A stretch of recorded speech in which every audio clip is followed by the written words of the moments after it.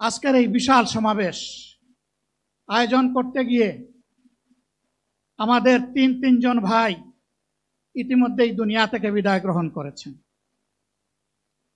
খুলনার দাবকুপ উপজেলার আমির জনাব মৌলানা আবু সাইদ বিদায় নিয়েছেন। পাবনার বয়োজ্যেষ্ঠ একজন মুরব্বী জনাব মুস্তাফিজুর রহমান, তারা এই আয়োজনে আসতেই পারেননি। আসার পথেই আল্লাহ তাআলা তাদেরকে তার কাছে তুলে নিয়েছেন। আরেকজন ভাই এখানে অসুস্থ হয়ে তিনিও ইন্তেকাল করেছেন, শাহ আলম। মহান রবের দরবারে দোয়া করি আল্লাহ তাআলা তাদের উপর রহম করুন, তাদেরকে ক্ষমা করুন, জান্নাতুল ফেরদাউসের নিয়ামত তাদেরকে দান করুন, তাদের আপনজনদেরকে আল্লাহ তাআলা সবরে জামিল আতা করুন। সম্মানিত ভাইয়েরা, আবু সাইদরা যদি বুক পেতে না দাঁড়াতো, এই জাতির মুক্তির জন্য যদি বুকে গুলি লুফে না নিত, হয়তোবা আজকের এই বাংলাদেশটা আমরা দেখতাম না। ইতিমধ্যে হয়তো আরো অনেক মানুষের জীবন ফ্যাসিবাদীদের হাতে চলে যেত। 24-এ জীবন বাজি রাখা এই যুদ্ধটা যদি না হতো, তাহলে আজকে যারা বিভিন্ন ধরনের কথা এবং দাবি দাওয়া পেশ করছেন, তারা তখন কোথায় থাকতেন? অতএব আসুন, যাদের ত্যাগের বিনিময়ে আল্লাহ তাআলার এই নিয়ামত পাওয়া, তাদেরকে যেন অবজ্ঞা এবং অবহেলা না করি। শিশু বলে তাদেরকে যেন তুচ্ছ তাচ্ছিল্য না করি। অহংকার বলে অন্য দলকে যেন তুচ্ছ তাচ্ছিল্য না করি। অরাজনৈতিক ভাষায় আমরা যেন কথা না। যদি এগুলো আমরা পরিহার করতে না পারি, তাহলে বুঝতে হবে যারা পারবেন না, ফ্যাসিবাদের রূপ তাদের মধ্যে নতুন করে বাসা বেঁধেছে। আমরা আশা করব আমরা এগুলা করব না, কেউ এগুলা করবে না, বরঞ্চ রাজনৈতিক শিষ্টাচার রক্ষা করে জাতীয় ঐক্যের বীজতলাটা আমরা সবাই মিলে একসাথে তৈরি করব ইনশাআল্লাহ। সম্মানিত ভাইয়েরা, আসরের নামাজ আসন্ন, আরো অনেক বক্তা ছিলেন, তাদেরকে আমরা দিতে পারি নাই, আমরা দুঃখিত। এজন্য আমার লম্বা কথা বলার সুযোগ নেই। যারা এখানে কথা বলেছেন, তারা আমার মনের কথাগুলোই তুলে ধরেছেন। আমি শুধু বলতে চাই, আগামীর বাংলাদেশটা কেমন হবে?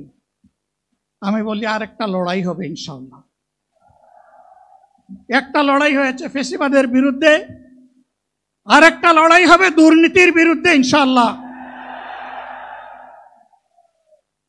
এই দুর্নীতির মূল উৎপাটন করার জন্য যা দরকার, আমরা তারুণ্য এবং যৌবনের শক্তিকে একত্রিত করে সেই লড়াইয়েও ইনশাআল্লাহ আমি জয়লাভ করব। বিশ্বমানের থার্মিক্স রড, সালাম স্টিল থার্মিক্স, দেশের একমাত্র থার্মিক্স রড। প্রিয় ভাইয়েরা, জামাতে ইসলামী যে দুর্নীতিমুক্ত সমাজ গড়বে, তার প্রমাণ কি? তার প্রথম প্রমাণ হচ্ছে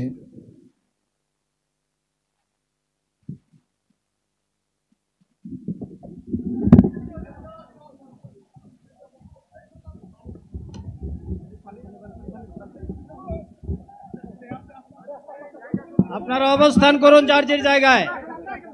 আপনাদের সবকিছু দেখার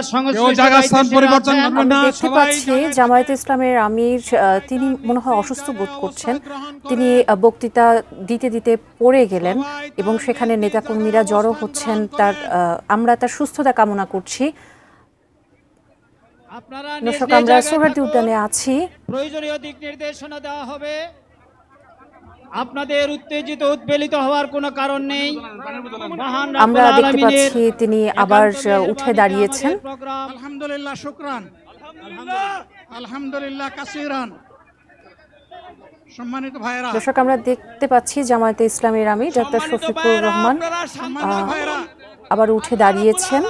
স্বাভাবিকভাবে এই গরমের কারণে হয়তোবা তিনি অসুস্থতা বোধ করছিলেন, সেজন্য পড়ে গিয়েছিলেন। নেতাকর্মীরা তাকে ধরে উঠিয়েছেন, আবারও তিনি বক্তব্য রাখছেন, আমরা দেখতে পাচ্ছি। আল্লাহ তাআলার শুকরিয়া আদায় করি আবার আপনাদের সামনে দাঁড়াতে পেরেছি। আমি বলেছিলাম দুর্নীতিমুক্ত বাংলাদেশ ইনশাআল্লাহ সবাইকে নিয়ে আমরা গড়ব। আমরা কথা দিচ্ছি, বাংলাদেশ জামাত ইসলামী যদি আল্লাহ তাআলার মেহেরবানি এবং সরকার জনগণের ভালোবাসা নিয়ে সরকার গঠন করে, তাহলে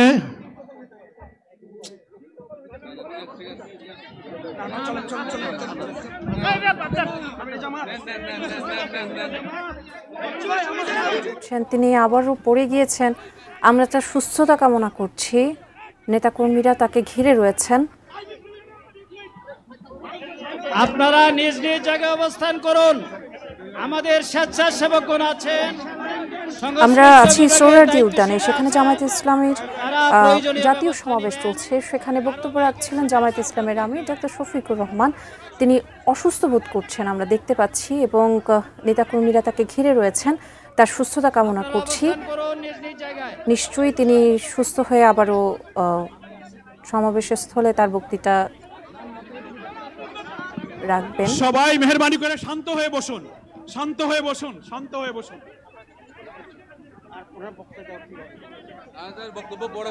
আপনারা সকলে আমিরে জামাত একটুখানি অসুস্থ হয়েছেন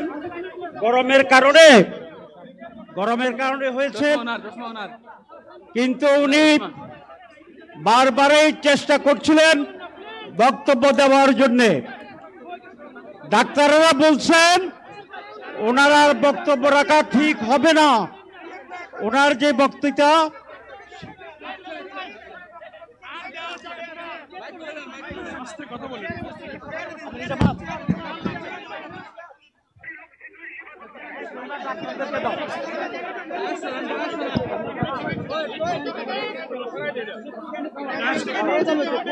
আপনারা নিজ নিজ আসনে উপবেশন করুন। সংগঠনের দায়িত্বশীলগণ প্রয়োজনীয় দিক নির্দেশনা দিবেন। আপনাদেরকে নিজ নিজ জায়গায় অবস্থান করার জন্য অনুরোধ করা হচ্ছে। আচ্ছা দেন না এখানে